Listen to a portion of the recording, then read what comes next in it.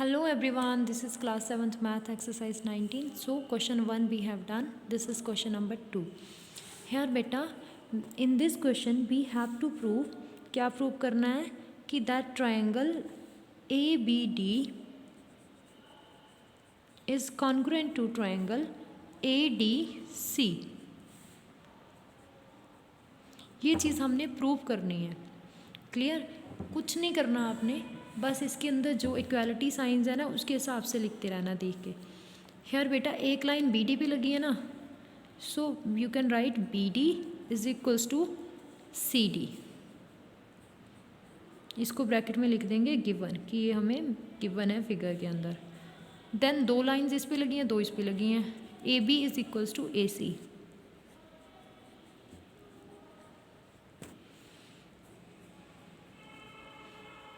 Given. अब देखो ये ट्राइंगल तभी बन पाई ना जब ए डी थी. सी लाइक दिस, ये दो साइड्स तो थी, ए डी थी तब ये ट्राइंगल बनी. दूसरी ट्राइंगल में भी देखो ए सी भी था, डी सी भी था.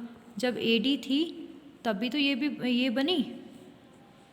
इट मीन्स ए डी इस ट्राइंगल में भी आता है, ए डी उस ट्राइंगल में भी आता है. So we can write A D is equals to A D, that is common. तो तीनों साइड्स इक्वल हो गई. सो किस क्राइटेरिया को यूज़ करेंगे? So by side side side we can say triangle A B D is congruent to triangle A D C. This is your question number 2. This is our question number 3. In this question, firstly, we have to prove many parts. We have to prove 3 parts. But first part is triangle ABC. We have to prove it that it is congruent to triangle ADC. तो इसके अंदर भी देखो ये एक side ऐसी है जिसने दो ट्राइंगल्स बना दिए हैं. क्लियर? AC जो है कॉमन है दोनों ट्राइंगल्स के लिए. सो लेट्स सी, मैंने बोला था इक्वालिटी साइन देख देख के लिखना है. इसके ऊपर एक साइड लाइन है, इसके ऊपर एक लाइन है. Then we can write A B is equals to A D given. B C is equals to C D given. A C is equals to A C common. So ये हो गई congruent by which criteria? S S S. Triangle A B C is congruent to triangle A D C.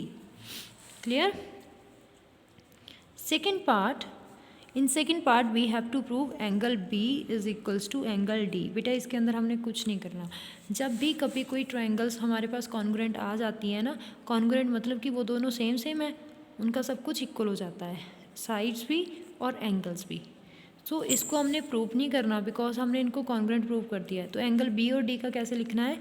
Angle B is equals to angle D, कि ये दोनों equal ही हैं. कैसे? वहाँ पे एक वर्ड लिख देना है सी पी सी टी. इसका मतलब होता है congruent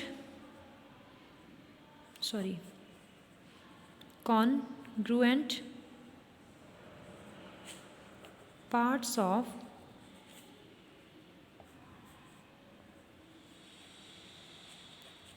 congruence triangles. It means congruent parts of congruent. No sorry, by mistake गलती से लिखा गया है. CPCT होता है बेटा,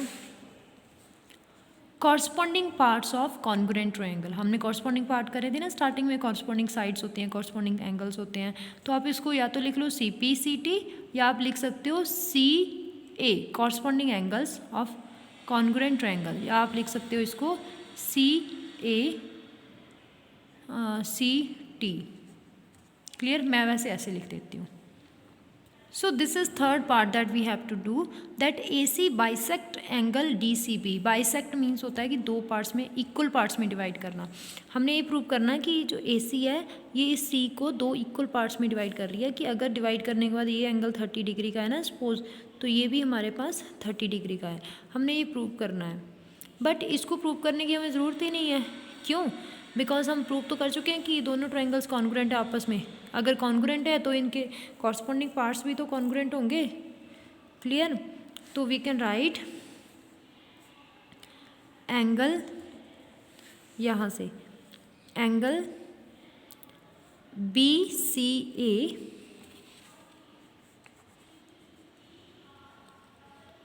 is equals to BCA is equals to DCA, ठीक है। ये वाला एंगल इस एंगल के इक्वल होगा ना, क्यों? By CPCT, corresponding parts of congruent triangle, because triangle ADC is congruent to triangle ABC, ठीक है। with this your question number 3 is also done. Next we'll do in next video. Thank you.